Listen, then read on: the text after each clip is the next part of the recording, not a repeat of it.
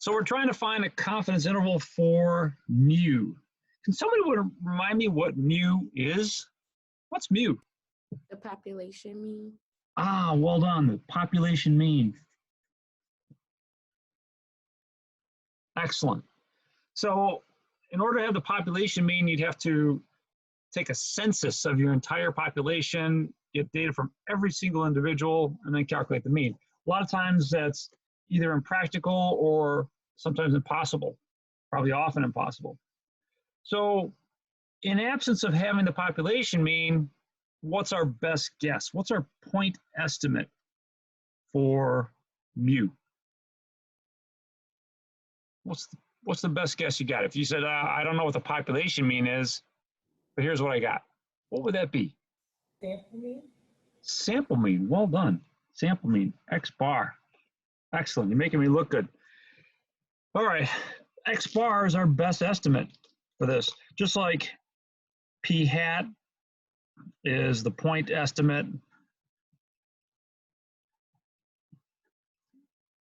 for P as your sample proportion, your population proportion, and one other one that we're going to deal with later today, S is the point estimate for sigma, the population standard deviation. So we're going to do confidence intervals for all of these things. In this section, we're going to focus on confidence interval for mu, because we don't know where mu is. We've got a good guess as to what mu is, but we don't know where mu is. So what we're going to do is we're going to surround our guess with a little wiggle room, a little confidence interval. So we know that X bar is probably not the actual population mean, but we're hoping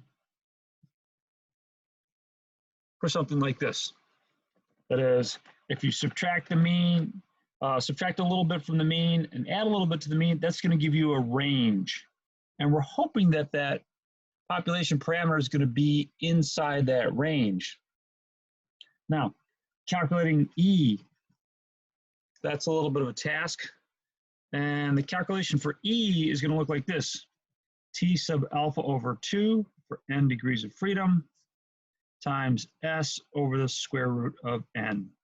Wow, there's a lot going on there. In particular, what you might notice is this T. We've not used T before. And N, what's that? We'll have to find that out too. Actually, it probably should be N minus 1. In any case, T is a new distribution for us in this course. And it's the student T distribution.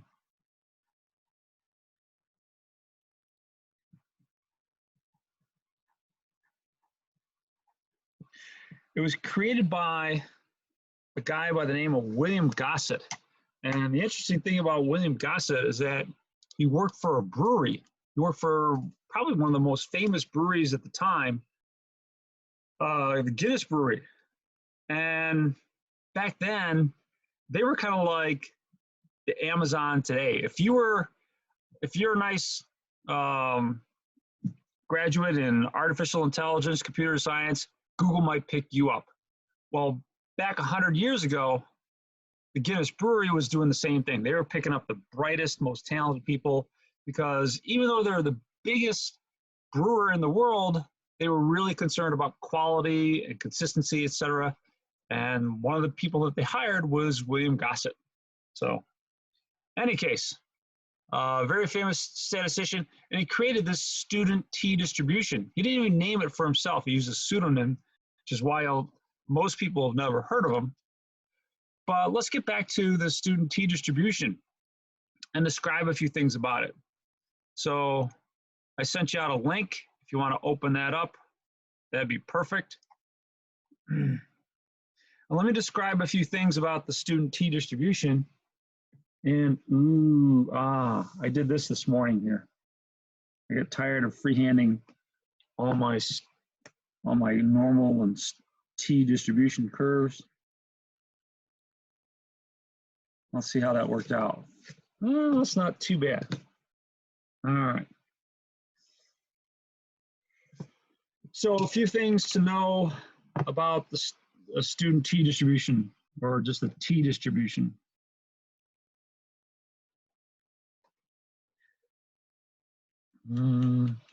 First of all, it's centered at 0. Just like your standard normal distribution, centered at 0.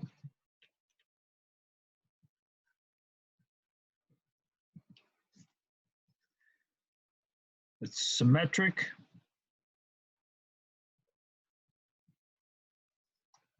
Mean of 0. Total area. What do you think the total area underneath this curve is going to be? 1. Yeah, total area equals 1.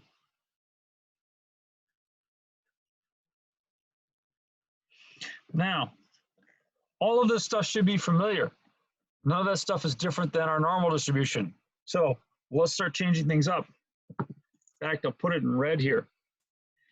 This changes with degrees of freedom.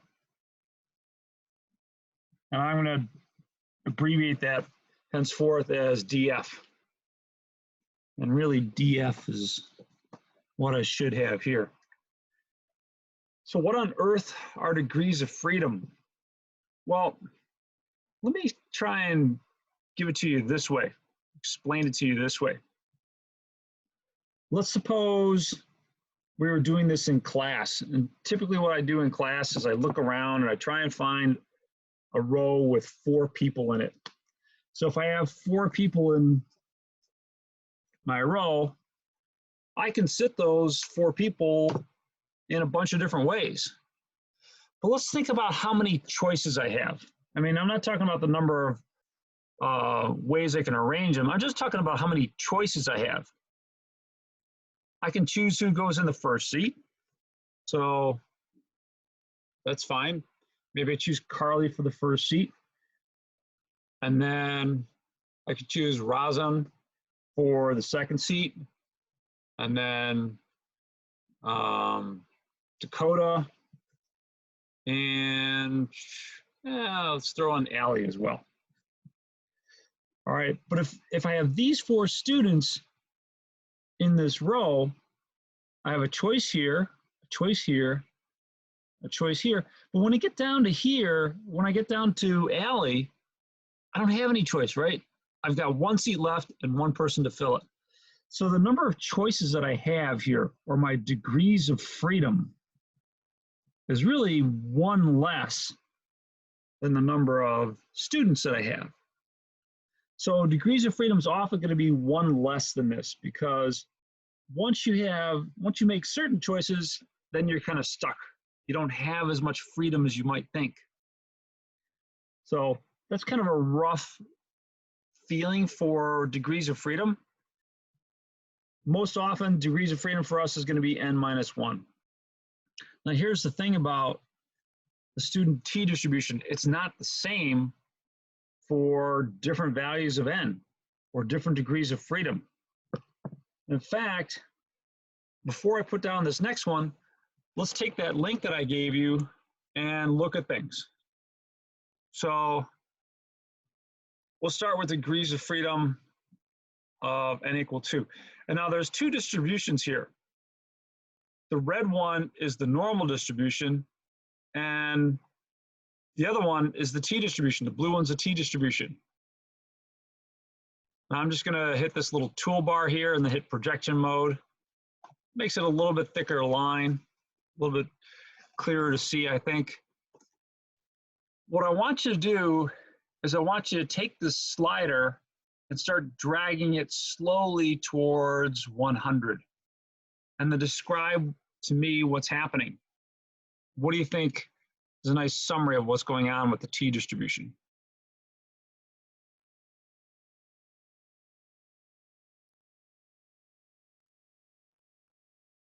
Can someone summarize what happens with the t-distribution for me? The T becomes more normally distributed as there's more population or more people in the sample size. Perfect. So as you increase your degrees of freedom, the t-distribution looks increasingly normal. You know?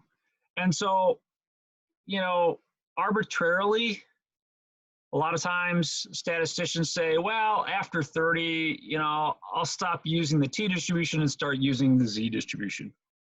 And that's fine. It's not a huge difference. Well, let's take a look at it a different way with statdisk and try and get acquainted with things there. You know what? Let me finish this off down here. As the degrees of freedom, which are going to abbreviate as DF, increases,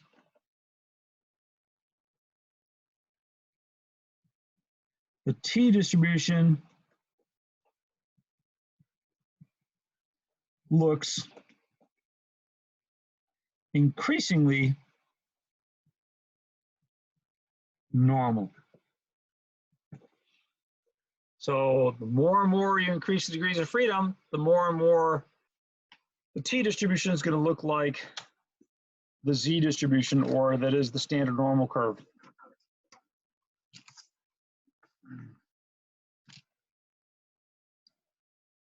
Okay. Can I move this? Got that? Okay.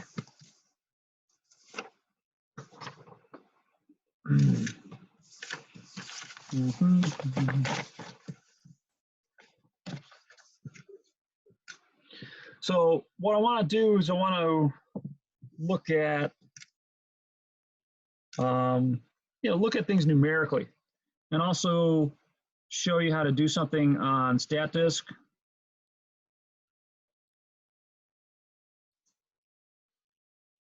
So,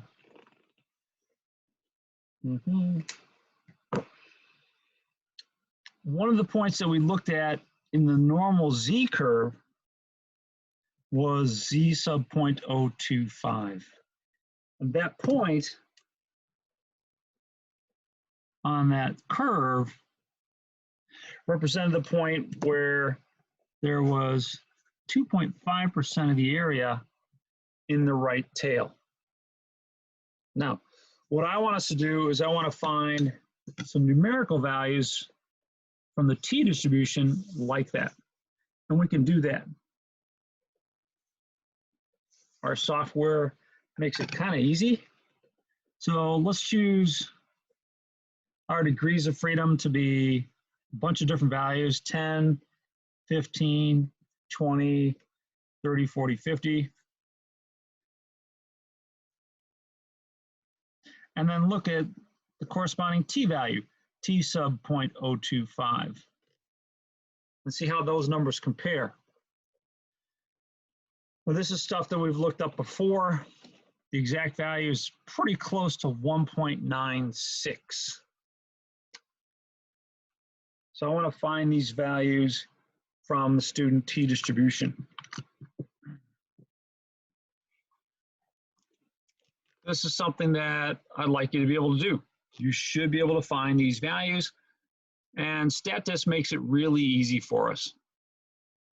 So in statdisk, go to analysis, and there, probability distributions. Perfect. So we'll choose that, and then there's a submenu that opens up from there. And there it is, student t-distribution. So click on that. It's going to open up a little menu for us, and it's going to be a quick plug and chug to get some answers. So we'll start out with 10 degrees of freedom. And then we've got a choice. We can either look up a t-value and we get an area, or look up an area and get a t-value. We want the latter of these two. So type in 0.025, and let's see the t-value that corresponds to that. Does anyone want to share with me what they're getting? So I know you guys are able to follow along. 2.23. All right, good. 2.23. I'm going to give 2.228, but 2.23, obviously you're getting the right answer. Thank you. Now, let's increase our degrees of freedom and watch what happens. Type in a 15. 2.131. What do you suppose is going to happen when I type in a 20? It's gonna get smaller. Yep, it's going to get smaller.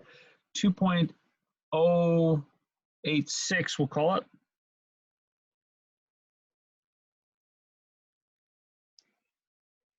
And so on. At 30, you get 2.042, and then 2.021, 2.009. And as you go towards infinity, this is going to get closer and closer to 1.96. And that's just numerically seeing what we saw just a minute ago with the student t distribution when we're comparing it to the normal. Can you show where you got those numbers from again? Sure. The Sure. So that's 2. right here in statdisk. Okay. So let's do the next one, which would be 30. So I'll type in a 30 here. You should have 0.025 here, and then you click evaluate. Now here's a little experiment. This is talking about the area to the right. But what if I put in something different here? What if I, instead of putting in 2.5% of the area, 0.025 to the right, what if I put in 97.5% of the area? So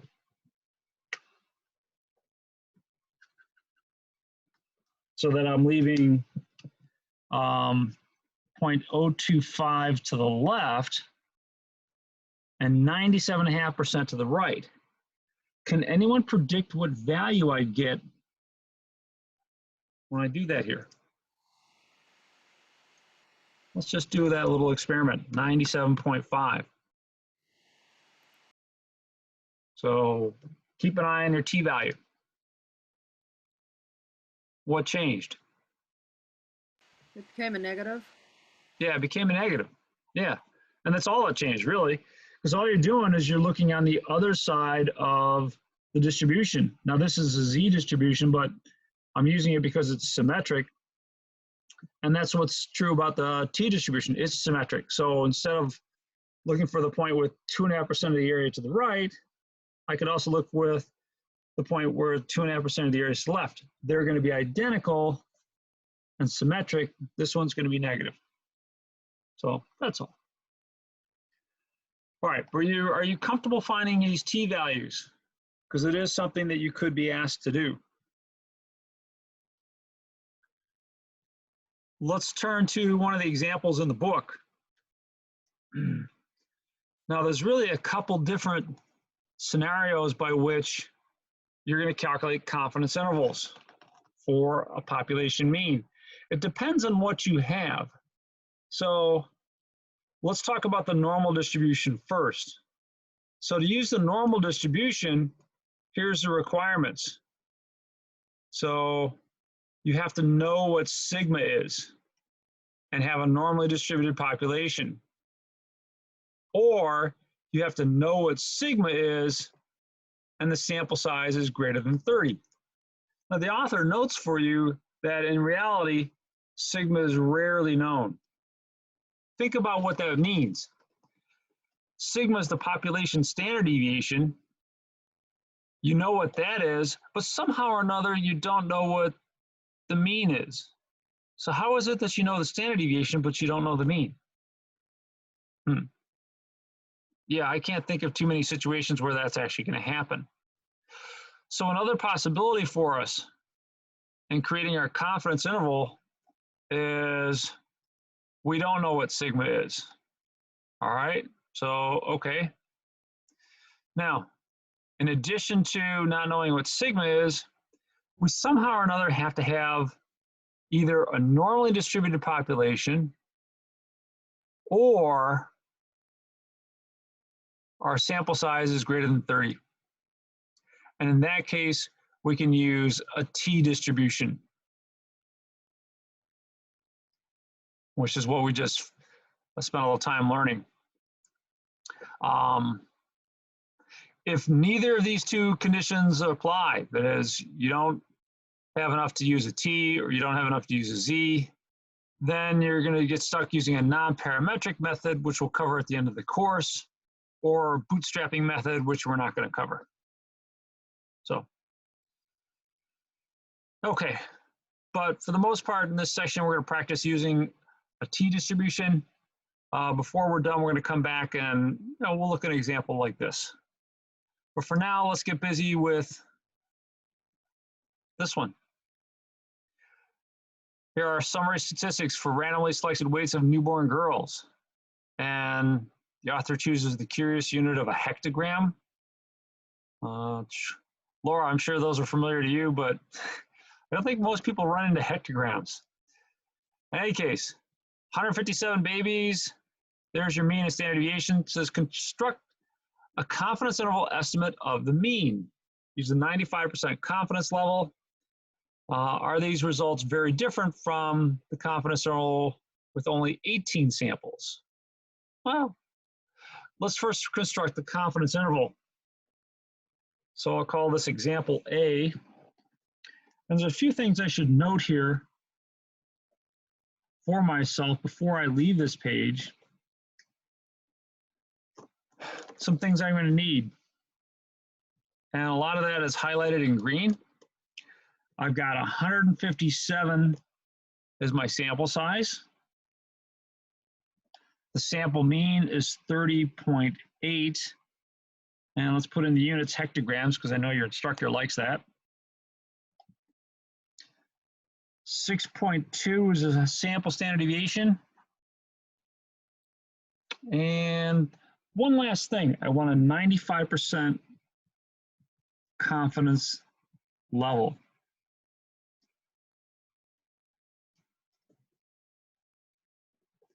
Okay.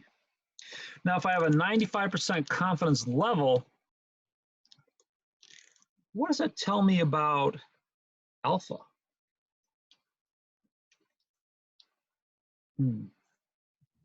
It's 1 minus 0.95. Perfect. So it's going to be 1 minus our confidence level, so 1 minus 0.95, which is 0.05. Thank you. Okay, let's see if we can't create a confidence interval. Well, this is why we're transitioning to statdisk now, is because this calculation is going to get a whole lot easier than it was for generations of stat students before you. So go to statdisk. Confidence intervals looks pretty promising. So click analysis and then confidence intervals, and that should open up, or at least allow you to open up, another little submenu. So I'll pause for a second to make sure that everyone's caught up with me. Which one of those intervals do I want? Am I doing something for a proportion? No, we want a confidence interval for a mean. So there's 3 different choices. The one that we want right now is a mean for 1 sample. So bam, mean 1 sample. Great. Confidence level, oh, that's already in there for us. We need to change a few things. The sample size is 157. The sample mean is 30.8. Now, which one of these should I put in? Do I know the sample standard deviation or do I know the population standard deviation? The sample. Sample. The sample standard deviation was 6.2. You will rarely know the population standard deviation. It's just not something that you typically know. So, bam. Wow. There you go. That's kind of like everything. So, there's your confidence interval. Nice. Does it all for us. So this is why we're transitioning to statdisk right now, is because this made your life so much easier. Let's write down one thing from this. And that is our error term is 0.977. Yeah, 77 is pretty good. And our confidence interval is 29.823. It's less than, mu is less than 31.777.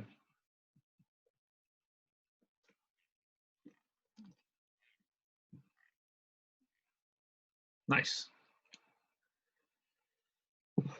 Okay. That's great. But there's a little bit more that I'm going to be asking of you. And the reason for that is because software is just doing so much for you that I can raise my expectations.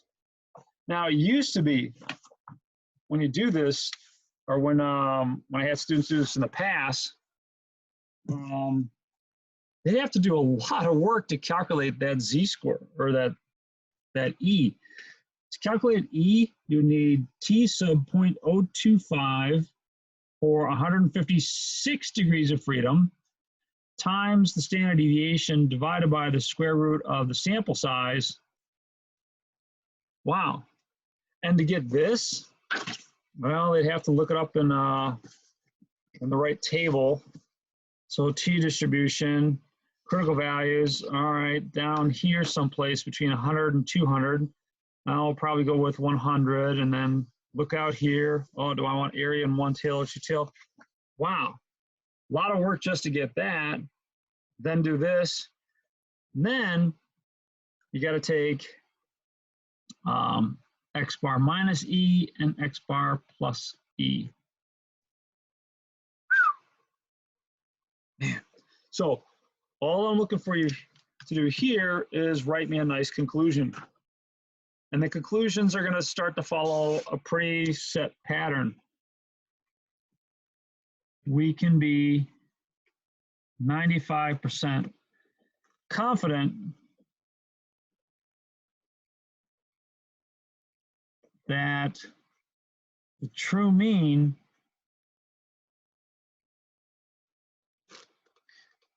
birth weight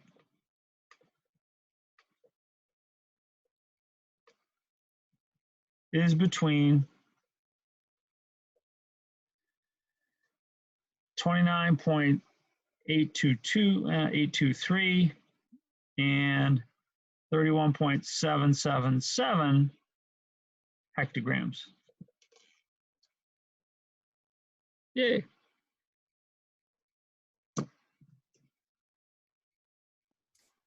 Professor Parent, I have a question. Yes.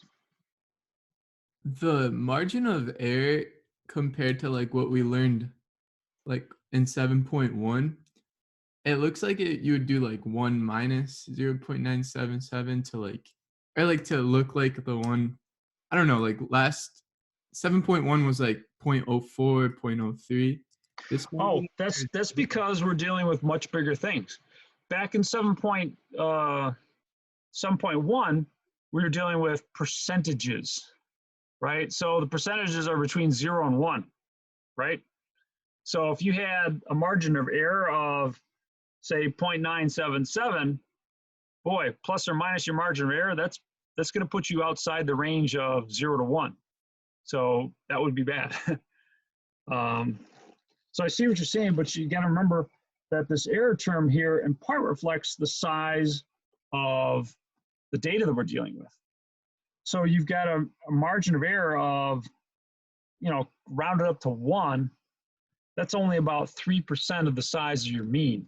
So it's not too bad. That'd be like on a percentages basis, if you had a poll that said, 51% favor this, plus or minus 3%. So that's not too bad. And that the size of that is actually not that bad. What helps us out in this one to keep this small is that we've got a large value for n. 157 sample size is pretty good. So that's what's keeping this to be a tight interval.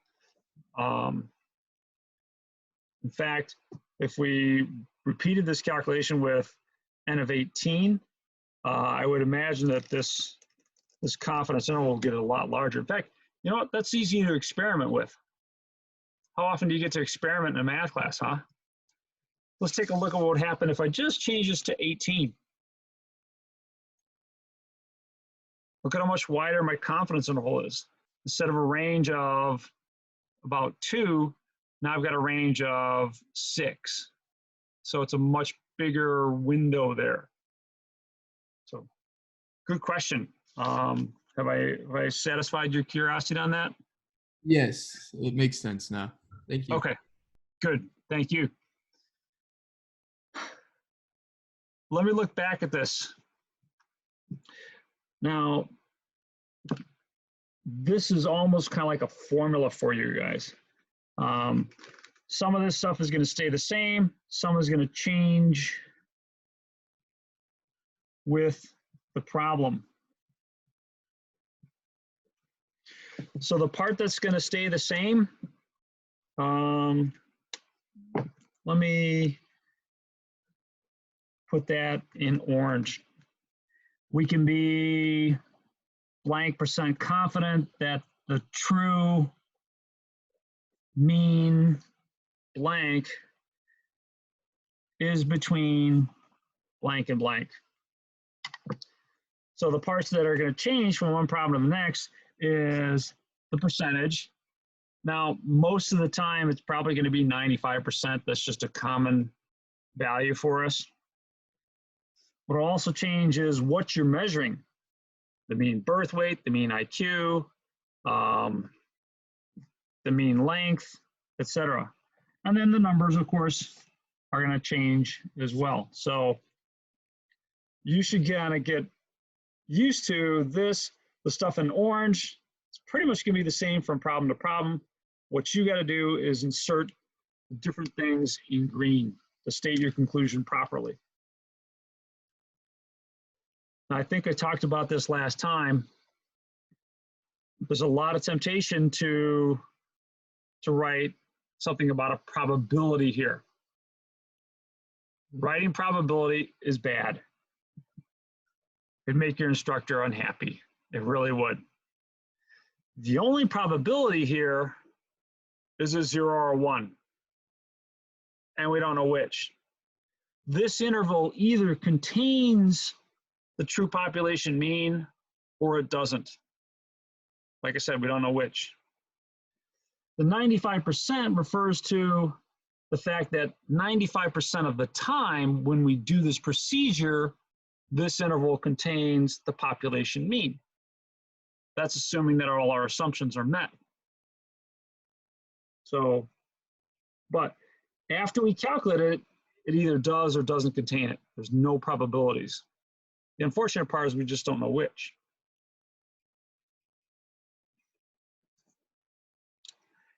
Any comments on that one? All right.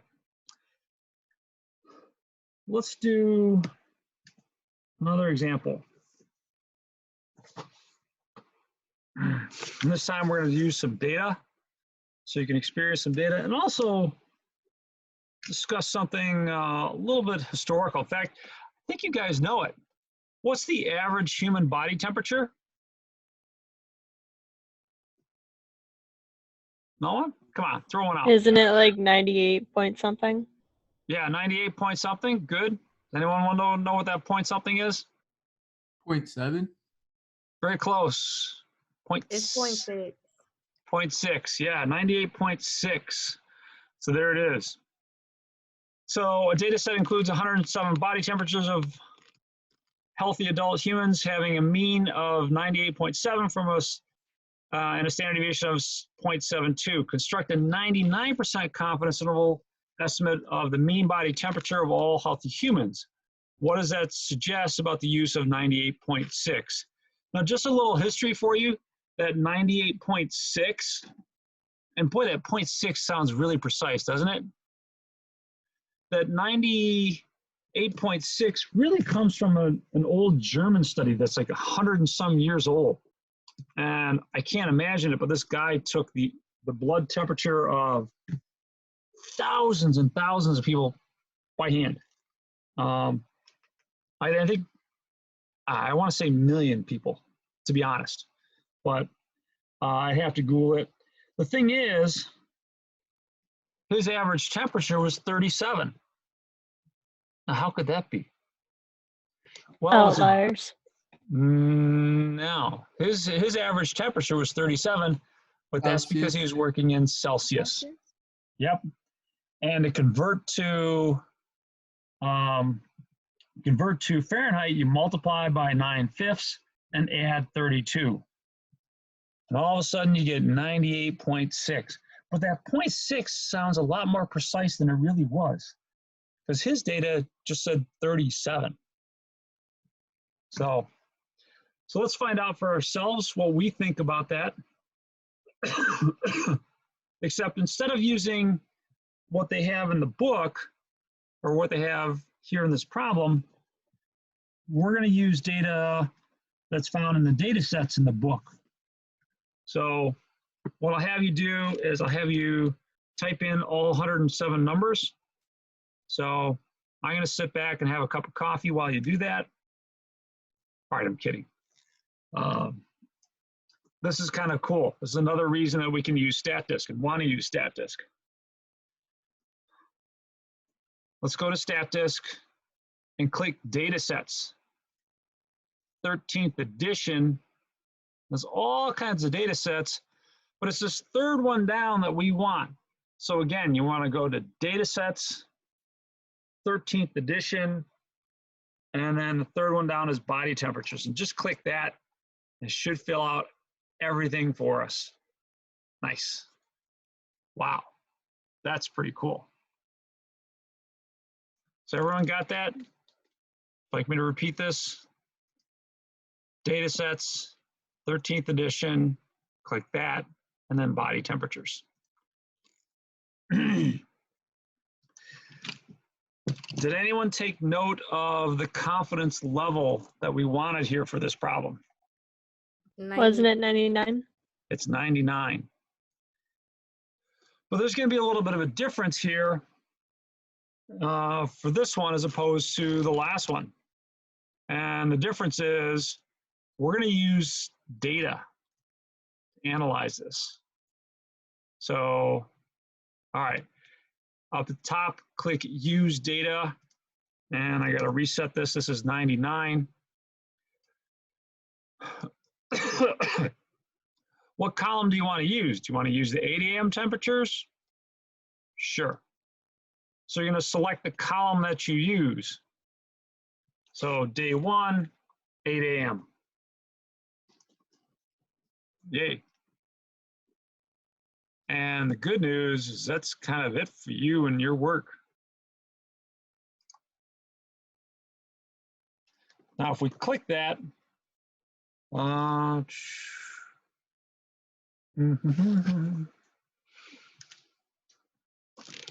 here's what I get. So I'm at a 99% confidence level. And let's see, my my confidence interval was 97.79 to 98.45. Okay, that's fine. Let's see if we can't state that conclusion in words. So kind of the same thing as the previous one. In fact, you want to try and do it? Try and play that fill in the blank game based on what we did here just a minute ago. The difference is we got a different confidence level. We're not measuring birth weights, we're measuring temperatures, and we've got some different numbers, but change the things in green. That's what you need to change.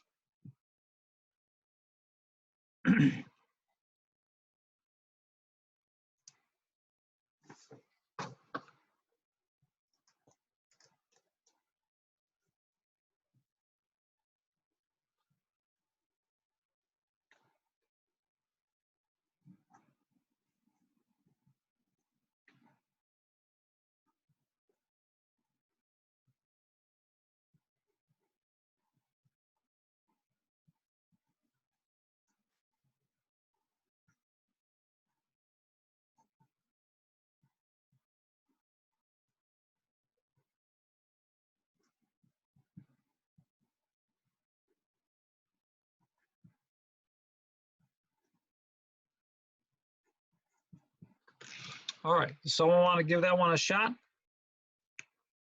Tell me what they got.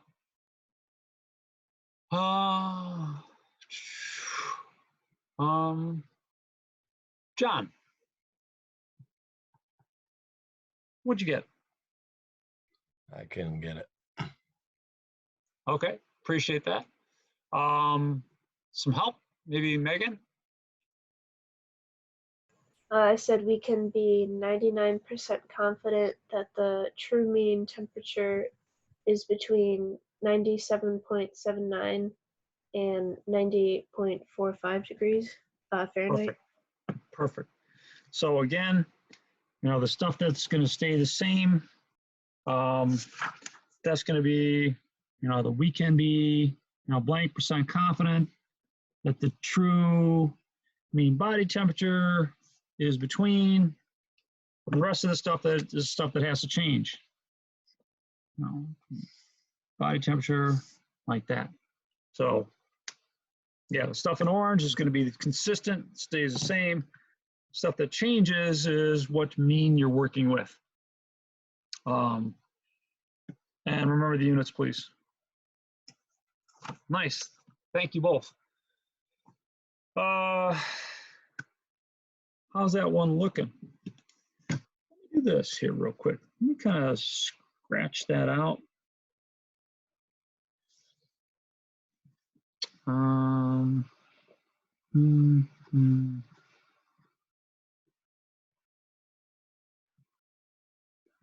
Okay, so let's do 97.6,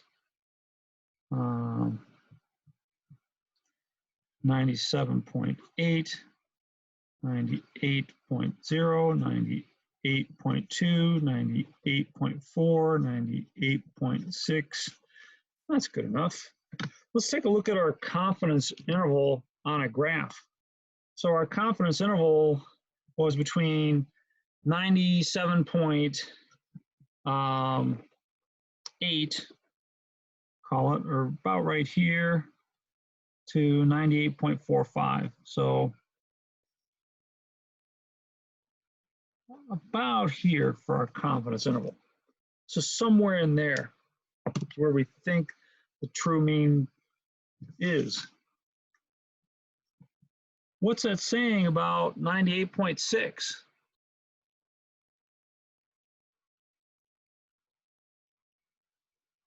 It's not true. It's not. Yeah, we really don't think that that's the average human body temperature. It's just probably not, because our sample size, which is, you know, pretty decent size, doesn't include that in the interval. So probably good to know, especially when you're getting your forehead temperature checked all the time nowadays. Don't be worried if you're a little bit shy of that. Your body temperature changes throughout the day too. If we repeated this confidence interval for, say, the noon temperatures, I would imagine they'd be different. Let's just take a quick look. More experiment with math. All right, so a little different. Actually a little tighter, right? A little narrower than before. So everyone's warming up and, you know, getting closer to that mean. But again, it doesn't include the 98.6. So don't be surprised if you fall a little bit short of that. Any comments or questions on that one? Cool. All right, I'm going to stop things here and then maybe we'll do a little part 2 to this.